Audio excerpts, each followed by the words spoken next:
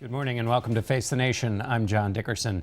We begin the new year with Campaign 2016, and one of the people who continues to shake up the political world, Donald Trump. We caught up with him at his home in Palm Beach on New Year's Day and started our conversation with President Obama's expected plan for new executive actions on guns, including expanding background checks to purchases at gun shows. We asked Mr. Trump what he thought about the president's plan. Well, I don't like it. I don't like anything having to do with changing our Second Amendment. We have plenty of rules and regulations. There's plenty of things that they can do right now that are already there. They don't do them.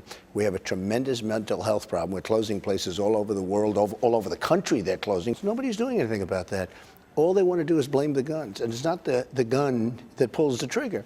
So I don't like it. I don't like what he's doing. I think that he's looking to do executive orders to do something having to do with guns. Background checks happen for normal gun purchases at a normal store, so his argument would be you just do it here. It's this loophole. You want to make it the same everywhere. John, I'm going to have to take a look at it, but I don't like changing anything. Right now they have plenty of rules and regulations, and they should be looking at mental health. I mean, we should build like institutions for people that are sickos. We have sickos all over the place.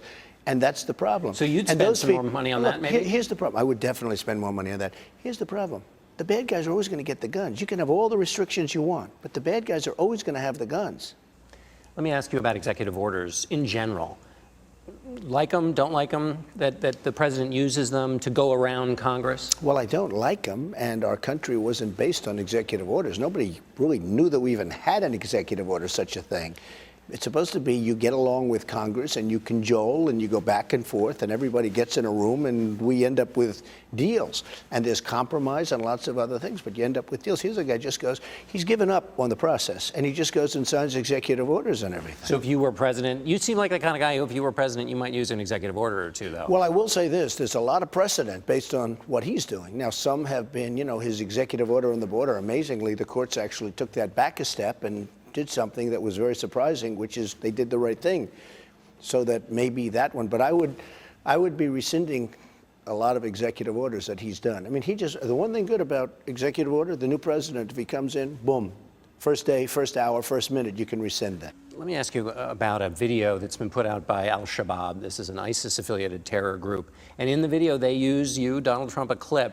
Donald J. Trump is calling for a total and complete shutdown of Muslims entering the United States until our country's representatives can figure out what is going on. And then the video goes on and says, the West will eventually turn against its Muslim citizens. They're saying to Muslims, either you join jihad or leave the United States because of what Mr. Trump is proposing. Look, there's a problem. I bring it up. Other people have called me and they say, well, you have guts to bring it up because, frankly, it's true, but nobody wants to get involved. Now people are getting involved. People that are on different persuasions than me right now, John, are saying, maybe Trump isn't wrong. We want to examine it. There's a lot of bad stuff going on. I'm watching the news tonight, actually, CBS. And so many of the elements, you look at Germany, you look at Brussels, you look all over the world, they're shutting down cities that never had a problem before. They're shutting down countries that never had a problem before. You look at Paris, what happened. You look at California, what happened. John, maybe it's not politically correct. There's a big problem out there, and we have to solve the problem. Does it concern you at all that you're being used in essentially a recruitment video by a terrorist organization? They use other people, too. I mean, what am I going to do?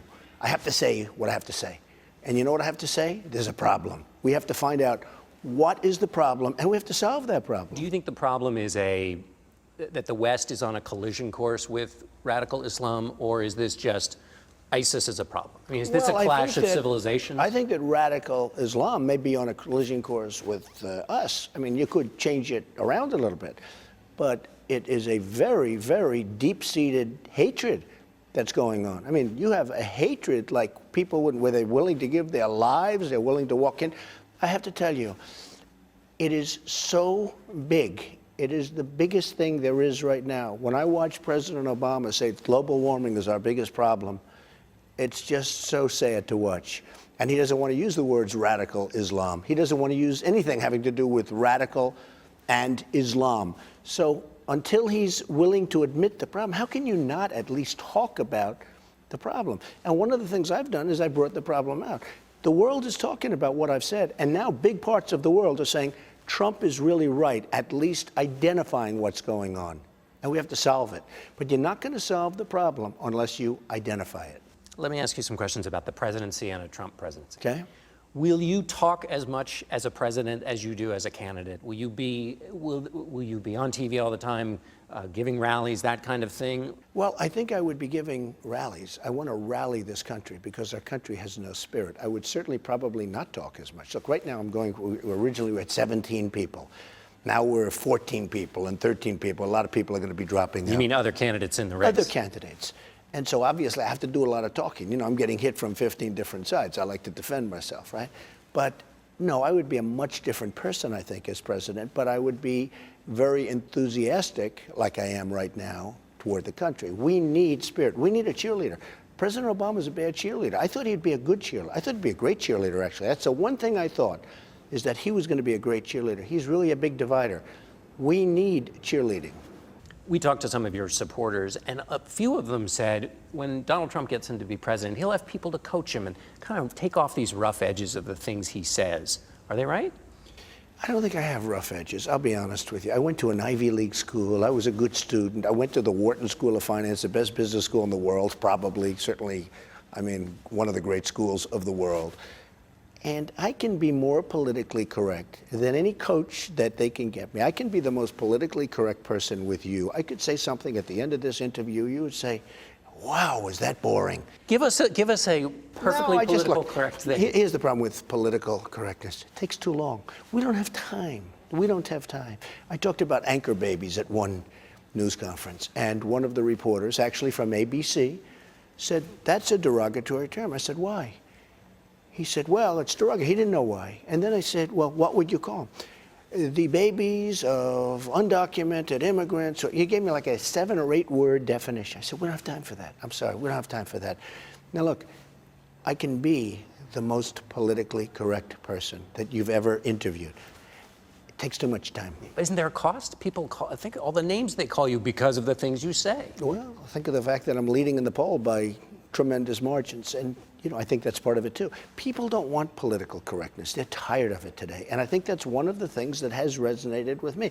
I don't go out of my way to be politically incorrect. When you think of the presidency, the day-to-day, not the show part, not the outside, what's it going to be like? What do you think about that, the operation? I don't think about it because, look, here's the thing. What I think is the process. We have a lot of things to solve. We have a healthcare problem that's incredible. Obamacare is going up 25, 35, 45%.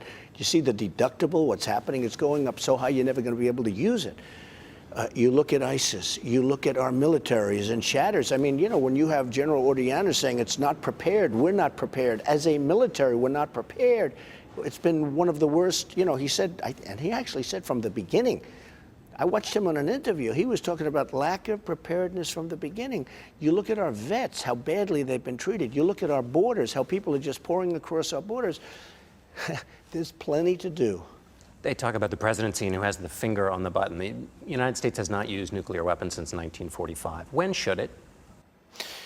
Well, it is an absolute last stance. And, you know, I use the word unpredictable. You want to be unpredictable. And somebody recently said, I made a great business deal. And the person on the other side was interviewed by a newspaper.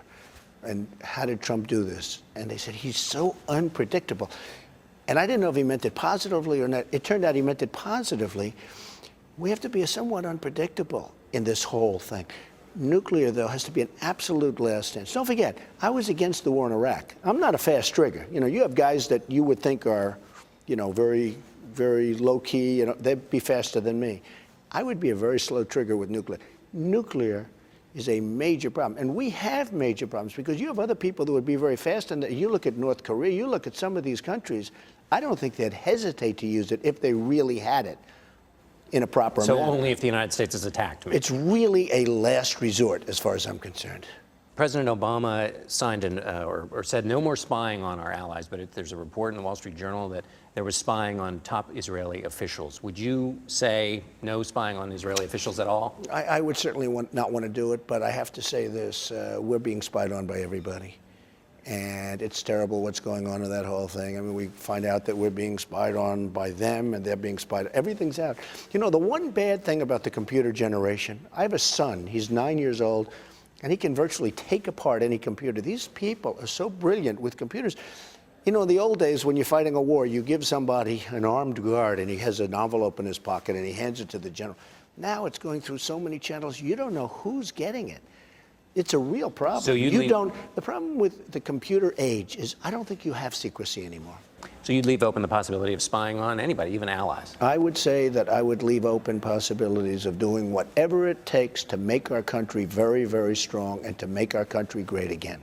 Let's talk politics for a Okay. minute. You said that Senator Cruz appeared to be kind of copying your immigration plan. Your plan, as I understand it, is deportations, and then you'll let the good ones back in once they've left the country. His plan, well, they have to go through a process. They go through a process. His plan is just deportations. Okay. So is he stricter on undocumented? No, well, first of all, his plan just happened, okay?